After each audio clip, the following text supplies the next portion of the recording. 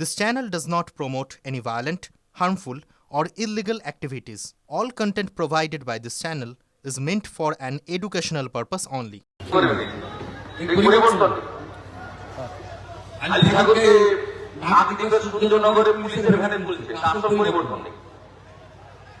হসপিটালে ওষুধ পাওয়া যায় না, ওই জন্য ভাইপো আছে ওষুধ বিতরণ করতে, প্যারাসিটামল।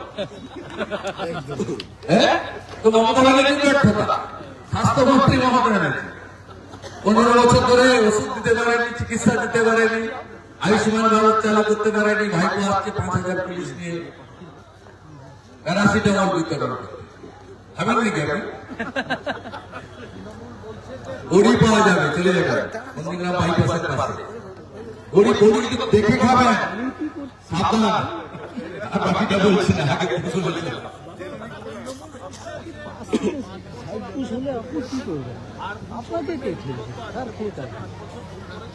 এরাই ঠিক করেছে, আজকে 26,000 চাকরি গেছে। লোক বলে নন্দীগ্রাম ঠিক করেছে, টাটাকে দাঁড়িয়েছে লোক, সিঙ্গুরের লোক বলে নন্দীগ্রাম ঠিক করেছিল, আমরা ভুল করেছি।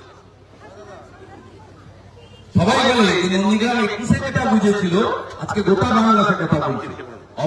অভয়ের বাবা মা বলে আরজি করে ডাক্তার একটা ধর্ষণ করে খুন করেছে, ওই নন্দীগ্রাম ঠিক করেছিল, আমরা ভুল করেছিলাম।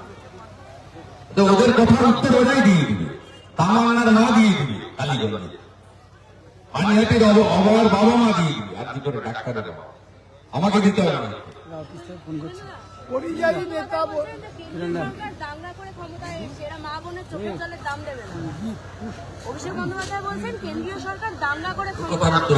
দাদা, সুপার স্পেশালিটি হাসপাতাল রয়েছে, তার ঠিক ঢিলছড়া দূরত্বেই এই সেবাশ্রয় হচ্ছে।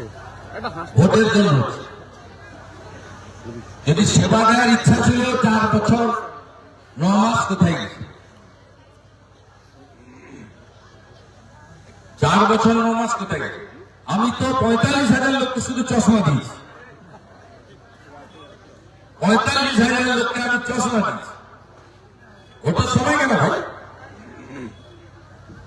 যেদিন 21-এ মমতা ব্যানার্জি হেরে গেল, সেদিন থেকেই তো সেবা দেওয়া উচিত ছিল। আমি তো 2004 সালে সিপিএম এর সঙ্গে লড়তে গিয়ে হেরেছিলাম, আমি তো মাঠ ছাড়ি যাই, আমাকে তো লোক ভোট দিয়েছিল। আমি তাদের সঙ্গে ছিলাম বলেই তো আমি 2009 1,73,000 ভোট দিয়েছি। আমি তাদের সঙ্গে ছিলাম বলেই তো 2014-তে আমি 2.5 লক্ষ ভোট দিয়েছি। তুমি 1,08,000 ভোট নিয়ে গেছো, 5 বছর তোমার দেখা নাই রে, তোমার দেখা নাই। ভোটের সময় তুমি শীতে যেমন আলিপুর চিড়িয়াখানায় পাখি আসে, উঠতে উঠতে উঠতে পরিযায়ীর মতো এলে কি উঠে পড়বে কেউ? শান্তিতে আছে নন্দীগ্রামে,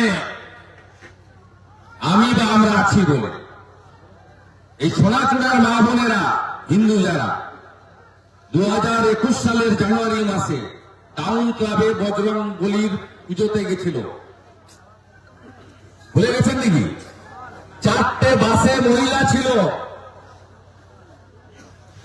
ওই গড়চক্রবেড়িয়ার ফ্যাসারির খেতে ডেকে মাঠে নিয়ে গিয়ে মারতে মারতে 45 জনকে ইনজোর করেছিল।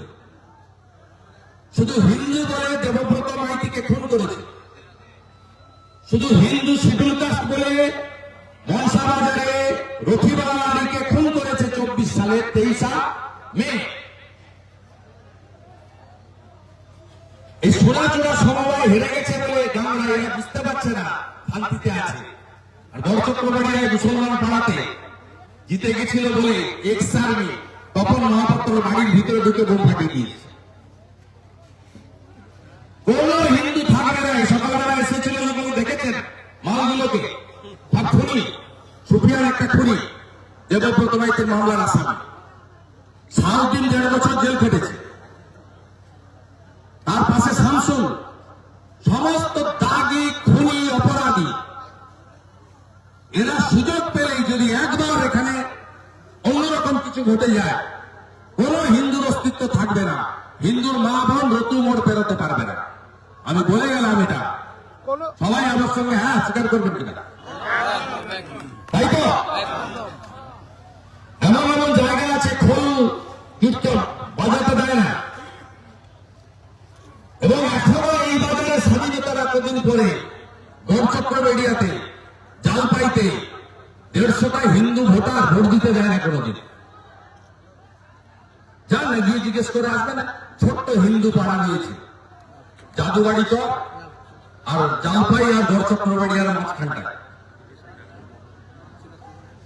আপনি গিয়ে সেখানে জিজ্ঞেস করবেন হিন্দুদের ভোট দিতে পারেন, ওই না বাবা ভোট দিতে পারে, আমাদের ভোট ওরা দেবে।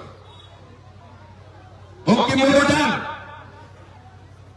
একটা বুথে হিন্দুদের ভোট দিতে যায় না, সিআরপি পাঠিয়ে ভোট করাতে হয়। নাচিরা চলে কদিন আগে একটা হিন্দুকে উদ্ধার করে,